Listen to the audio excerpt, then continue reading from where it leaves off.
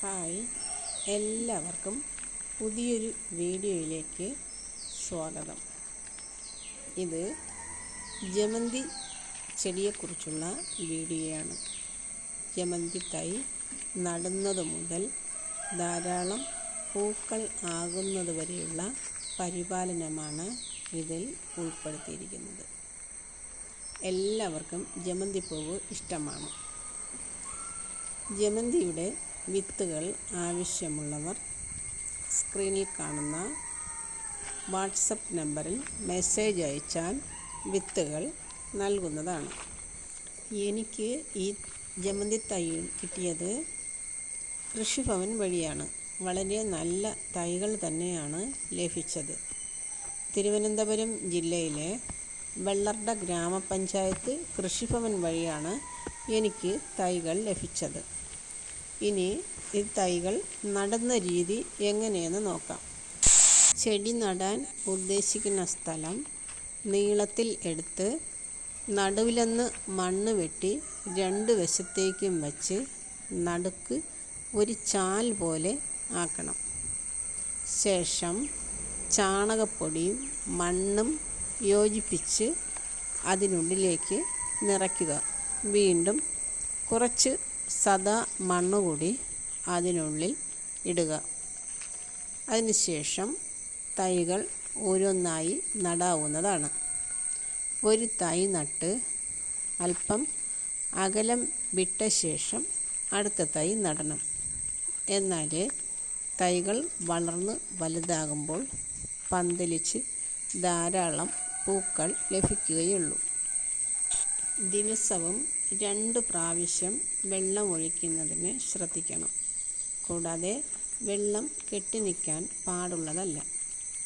തൈകൾ നട്ട് 2 ആഴ്ചയായപ്പോൾ വീണ്ടും ചാണകപ്പൊടിയും മണ്ണും കൂടെ യോജിപ്പിച്ച് എല്ലാ ചെടികൾക്കും ഇട്ടുകൊടുത്തു. തൈ നട്ട് 5 തട്ട് ഇലയാകുമ്പോൾ നമുക്ക് തറയിൽ നിന്ന് ഉള്ള 2 തട്ട് ഇല വിട്ട ശേഷം ബാക്കി മുറിച്ചെടുത്ത് മാറ്റി നട്ട് വേറെ തൈ ഉണ്ടാക്കാവുന്നതാണ്.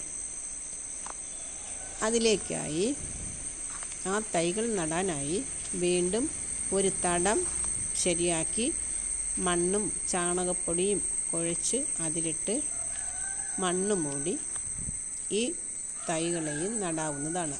മുറിച്ചെടുക്കുന്ന ഒരു തൈക്കും കേട് വരുന്നില്ല, എല്ലാം പൊടിച്ചു കിട്ടുന്നു.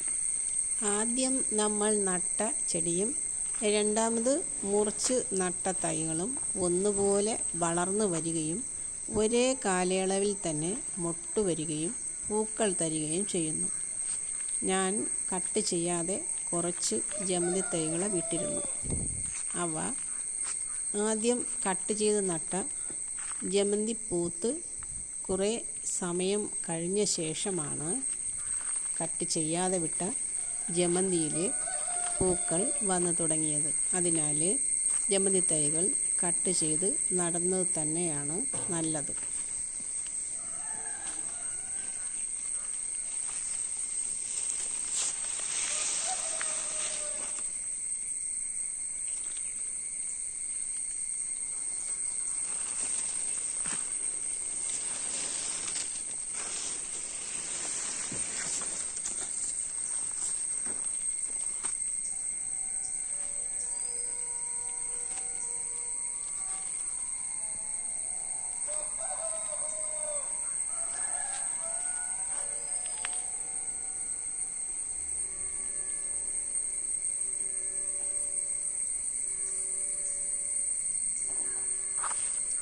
ഓണത്തിന് ധാരാളം പൂക്കൾ ലഭിക്കുകയുണ്ടായി.